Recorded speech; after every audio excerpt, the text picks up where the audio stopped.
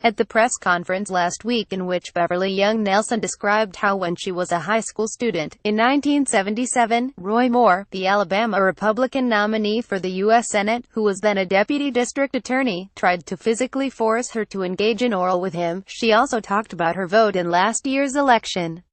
"My husband and I supported Donald Trump for president," Nelson said.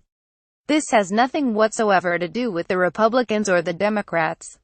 Yet Moore, and his campaign, wanted to make it exactly about that, even as other women came forward with charges against him. As of last Friday, a total of 9 had done so.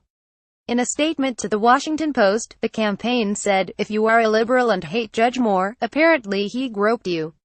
If you are a conservative and love Judge Moore, you know these allegations are a political farce." From this perspective, the news, last Thursday, that Senator Al Franken, Democrat of Minnesota, also had misconduct allegations against him looked to some like an opportunity to test a similar formulation.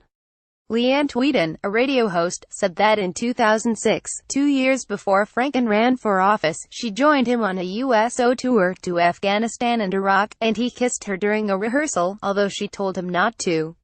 He later posed for a photograph in which he appeared to grab her breasts while she was sleeping, wearing camouflage gear and a Kevlar helmet. If you are a liberal and love Al Franken, would you decide, indeed, no, that these allegations are a political farce? The answer, properly and unambiguously, is no. A number of Franken's Senate colleagues, including Amy Klobuchar, also of Minnesota, and Elizabeth Warren, of Massachusetts, condemned his acts. Franken, after a first halting apology, offered AR1, in which he said that he was disgusted by his own behavior and that he will cooperate with an ethics committee investigation into the allegations. The committee, though, hasn't sanctioned anyone in years. Last week, several women lawmakers reported that UAL harassment on Capitol Hill is pervasive, and that, as Representative Jackie Speier, Democrat of California, put it, the system for dealing with it is a joke. During the past 20 years, Congress has paid out $17 million to settle claims of harassment and other forms of workplace discrimination, while keeping those payments secret. Speier also said that there were 2 cases involving current members of Congress. In some ways, the Franken story is a small, sad proxy for his party's Bill Clinton problem.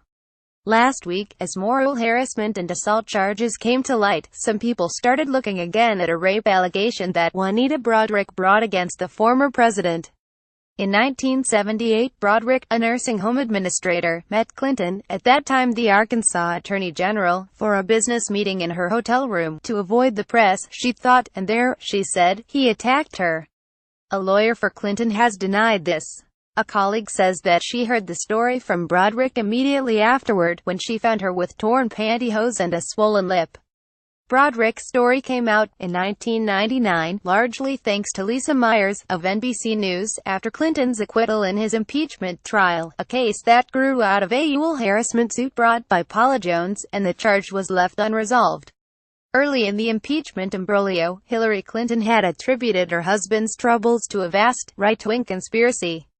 There was a well-funded conservative effort to target the president, but, in this instance, the charge feels too close to Moore's assertion that liberals simply believe one thing, and conservatives another. When Clinton ran for president in 2016, she may not have gauged how profoundly Bill Clinton's record with women would hurt her. Just a month before the election, after the Access Hollywood video emerged, in which Trump bragged about grabbing women's genitals, he brought Broaddrick and Jones to a presidential debate. Clinton dismissed this as a stunt meant to throw her off her game. But the key audience for it was purple estate women, particularly middle-aged or older working-class women, who might identify with Broaddrick or be receptive based on their own experience to the contention that, as Trump put it, Hillary was Bill's enabler. Polls after the election showed that Clinton performed less well with those voters than her campaign had hoped. For others, Clinton's decision to make her husband an active part of her campaign, and the potential first spouse, constrained it. Many factors played into Clinton's defeat, but at that juncture, Bill cost her heavily, by keeping Access Hollywood from costing Trump the election.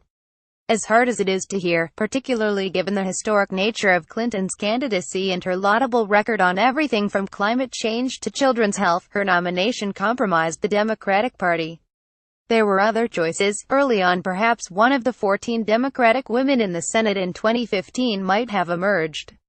Voters in Alabama, where Moore is on the ballot in December, and in Minnesota, where Al Franken is up for re-election next year, might remember that they have choices, too. President Trump, for his part, tweeted that the Al Frankenstein picture is really bad, adding, "And to think that just last week he was lecturing anyone who would listen about UAL harassment." Some of that lecturing has been directed, with good cause, at Trump himself. He should end. He expect it to end. Efforts, like the president's, to act as though one transgression can cancel out another suggest that the problem is just one of calculating how many Frankens add up to a Moore, how many charges of groping for one of attempted statutory rape. There is no abuse indulgence account that each party can draw on, though. That is also true in assessing their ideologies. The national Republican leadership has, to an extent, backed away from Moore. The Alabama State Party has not, but it had earlier supported him even though he said that he did not believe that Muslims ought to be seated in Congress or that gays and lesbians should have basic rights. That shows not only who Moore is but what the GOP has become. Franken has worked hard for progressive causes in his political life. But, here, too, whatever points that earns him, or his colleagues, are not spendable in some market in women's dignity. The Democratic Party is better than that. Diamond suit.